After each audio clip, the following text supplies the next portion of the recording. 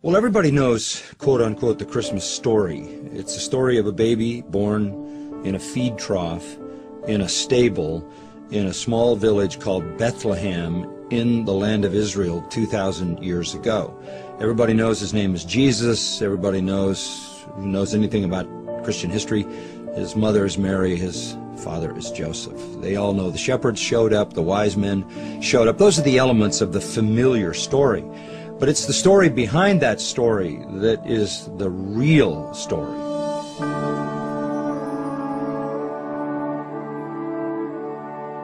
God, the creator of the universe, creates man, creates him without sin, puts him in a perfect environment in the garden. Man, meaning Adam and Eve, disobey God, fall into sin, catapult the whole human race into a cursed condition where everyone in the world is a sinner.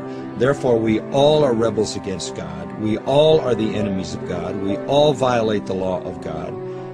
God is a just God and a holy God and must punish sin.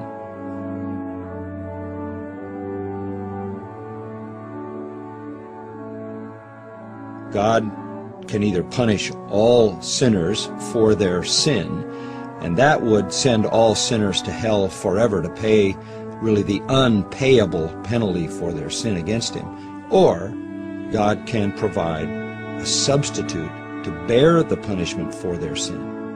And God, out of love for sinners, deems that he will send his Son, God the Son, the second member of the Trinity, God the Father, God the Son, and God the Spirit, that the second member of the Trinity will become a man. And for the purpose of dying for men. He had to be a man in order to die for men. He had to be God also in order to bear infinite punishment in a brief moment of time.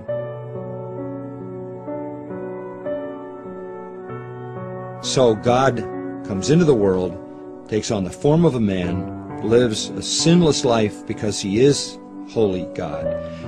In spite of that, he is executed as a criminal, which from a human standpoint is the worst thing that people could have done to him, but from the divine standpoint is the best thing that God could do, because God puts on him the punishment for all the sins of all the people who will ever believe through human history.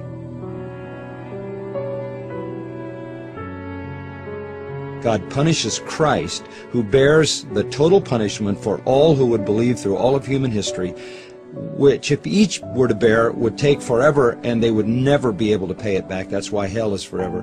But because he is an infinite person, he bears all of that for all those people who would ever believe in 3 days, fully satisfying the justice of God. God validates the sacrifice of Christ as being perfect by, not only did God say, "This is my beloved Son in whom I am well pleased," but he raised him and seated him at his right hand because he had perfectly finished redemption. Christ then is at the right hand of God, exalted as Lord over all those who believe, having paid the penalty in full for their sins.